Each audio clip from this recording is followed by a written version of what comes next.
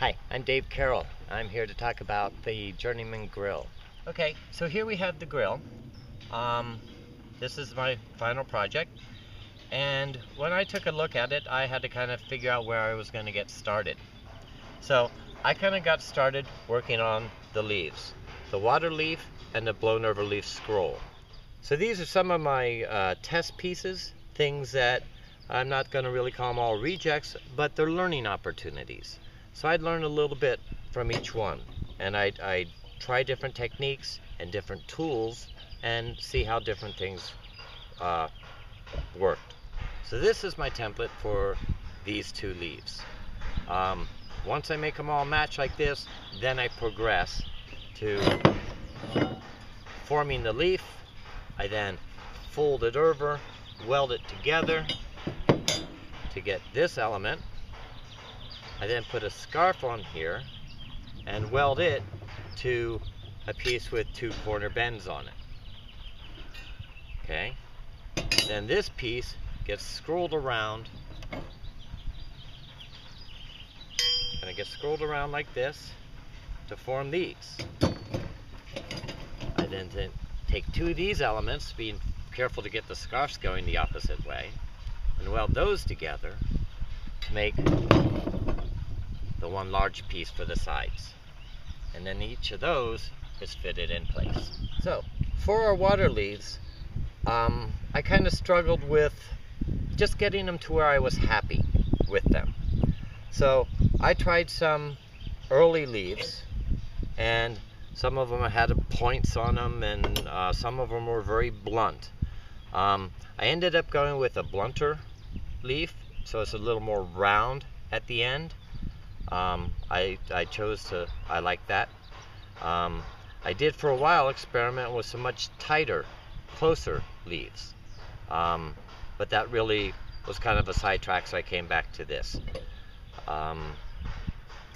And at this phase, I did actually bend a few of them over trying to get the fit right. This one actually worked better on that, but I didn't like the leaves. So I tried a lot of these before I got one that really fit. So for the water leaf, the first thing I would do would make the compound curves, not the ripples. We'll come back and do the ripples later, but I do the compound curves. To do that, I made this little jig. I hold this part in the vise, and then I can work on this side. So before I could make the leaves, I had to make my leafing hammer. And it's one of those things, before I could make the hammer, I had to make the tools to punch and drift the eye for the hammer. So it's kind of like a math project where you have to show your work. The leafing hammer is used to form both parts of the leaf, both the compound curve and the veins. To form the veins, I also use this tool, and you notice the hammer fits into it nicely. And again, this tool I had to make. All the tools I had to make myself, and that's where a lot of the learning comes in. And as you're making tools, I even made the tongs to hold the pieces. And then I kind of focused next on this welded collar. And to do this, it turns out you need a number of tools, both bottom tools and top tools. So I made tools. And here's the bottom tool, fits in the hardy. Here's the matching top tool that is weathered, and you hold on top of it. So before I made this top tool, I had to make tools to make it. So I made a template first. The template is made a lot by chiseling in at first, and then actually a lot of hand work to get it as smooth and round as I could. You may notice it's a little bent because usage was rough on it.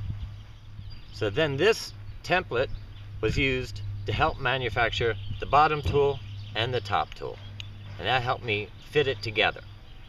It wasn't just those tools. I also made this tool to help me set that center piece. How easy was that to make? This was actually, okay, how easy was this to make? The first one of these I ever made came out horrible. All the metal went to one side and it wasn't square, and I learned a lot. I threw it away and the next one came out much better.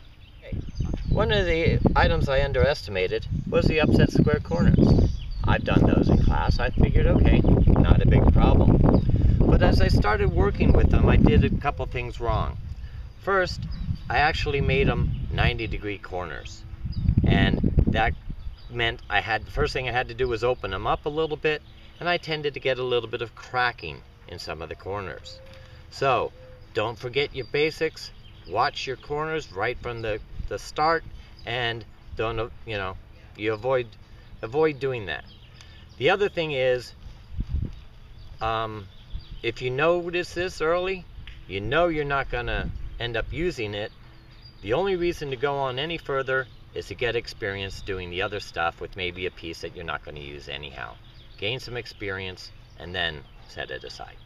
When I was working on the welds, I needed information on kind of how to do it, and on this whole process of how to fold it over and things like that.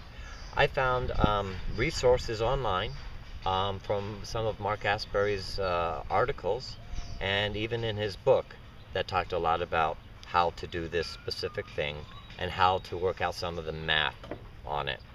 It really is kind of amazing. You do the math and hey, it does work. On some of the welds, well, the center weld in particular, it was a little stressful because I'd invested quite a bit of time in two pieces that I now forge welding together, and a little stressful there for me. These pieces I've actually bent this inside radius, and I stopped doing that because you can't weld this on the anvil well. It just won't fit. So I leave them flat and I make the weld and then I bend them afterwards. Much easier. So here's another sample piece. Actually turn it for the front. You can see it wasn't quite finished. It never got quite that far. There's some bumps in the curve and stuff. But again, I learned a lot getting this far. I got the weld down. It blended nicely, and I learned a lot. This piece you now would fit into your frame, and you would come in and do a lot of tweaking at this point. And I learned some things that everybody's going to say, oh, that's easy. But you get it in here, you get it all tweaked, you put it in the fire, you get it in here, it's just fitting, and you go, great, nice and tight, I'm done. You set it down, you walk away, it cools down, you come back and it's loose. The frame was put together with tenon joints at 3 spots along the top and the bottom. This was a little bit tricky because I was so close to the edge of the metal. So when I punched my hole, what I actually did is I left a little bit more metal, I punched a hole, and then I would cut the metal off afterwards. The tendon, I kind of let it be a little bit towards the inside to give me a little bit more metal on the outside to hold it all together. Then I countersunk a hole and flattened it. To make it square, I had to make sure that each of the poles were the right length. So what I do is once I'd driven or created the tendon on each side, I'd lay them right next to each other and make sure they matched very evenly. And it was more critical that they matched each other than match the actual dimension, although I watched the dimension very closely. The scrolls were set into the frame by drilling and tapping and countersinking screws. We have to join it in the center with a large collar. This collar is about 1 1/8 inches across and has a little bead in it designed just to drive you crazy. So the first job was to make the collaring material. To do that, we used 5/8 inch square and we'd run it through a bottom swedge, which we made. To make the bottom swedge, what I started with was a flat swedge. I took a piece of the size I needed for the inside, 3/8 inch, and I drove it into a swedge so I had something like this. This happens to be 1/2 inch, but you get the idea. I then took a piece of 5/8 inch square, I laid it down on the diamond to fill the bottom, and I hammered it in. Then I took this piece, I cleaned up the edges a little bit, I got this cold, I got this hot, and I took this on top and I hammered it down into the bottom swedge. That gave me this. So you can see I had to do it both ways to kind of get it centered. This then produces much nicer stock than this. Now that I'd had stock, I would take that and I would bend it into my collar pieces. To do that, I had a little jig I would use in the vise to clamp it like this. These wires simply keep it from falling through the vise before I have it clamped. I would clamp it like that. I would then take a set hammer I made and I would hammer it over, and that's how I would form this piece. I would then take the U-collar piece and put it in these special jigs I made that would fit in a vise. This would allow me to adjust for the small nuances of difference in each piece. But I could put it in like this, have it red hot, drop the collar in there, put the whole work in top of it like this, take my set hammer and fold it over. And that's how I closed up the vise, or the collar. Once I got it folded over and my heat was gone, I'd lost the heat, I still had a little bit of gap. I had a little hole under here that was about 1/8 of an inch.